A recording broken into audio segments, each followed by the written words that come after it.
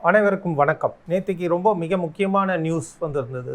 Hindenburg அறிக்கை வெளியீட்டின் தொடர்பாக பங்குச்சந்தை கடும் வீழ்ச்சி அடையும் அப்படின்ற மாதிரி நியூஸ் பரவலாக போய்கிட்டு இருந்தது. நிறைய எக்ஸ்பர்ட்ஸ் மிக மோசமான சரிவை சந்திக்கும் அப்படின்ற மாதிரி தான் சொல்லியிருந்தாங்க. பட் ஆனால் உண்மையிலே அந்த மாதிரி எதுவும் இன்றைக்கி மார்க்கெட்டில் நடக்கலை. ஆனால் மார்க்கெட் ஓப்பனிங்கில் அப்படி ஒரு ஷோ பண்ணிவிட்டு திரும்பவும் மார்க்கெட் மேலே போயிடுச்சு. இதுதான் உளவியல் ரீதியான ஒரு மூவ் இன்றைக்கி நடந்துச்சு. ஆனால் மார்க்கெட் எப்படி இருக்கும், நாளைக்கு எப்படி இருக்கும்? இன்றைக்கி இறங்கும்னு நினச்சது, ஆனால் ஆப்போசிட்டாக மார்க்கெட் மேலே போயிடுச்சு. ஆனால் நாளைக்கு இதுதான் நடக்கும். மார்க்கெட் ஒரு ஹை லோவை உருவாக்கிட்டு அகெயின் லோவை கட் பண்ணிச்சுன்னா மார்க்கெட் ரொம்ப ஃபாஸ்ட்டாக டவுனில் போகும். நாளைக்கு மார்க்கெட் டவுன் ஆகிறதுக்கான நிறைய சான்சஸ் இருக்குது.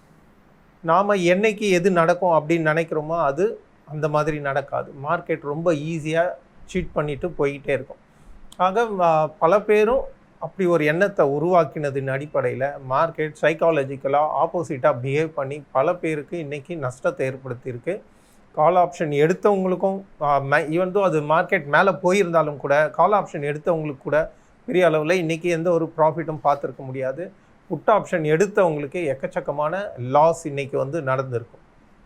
ஆனால் அப்போ நாளைக்கு மார்க்கெட் எப்படி இருக்கும், அது மிக முக்கியமானது.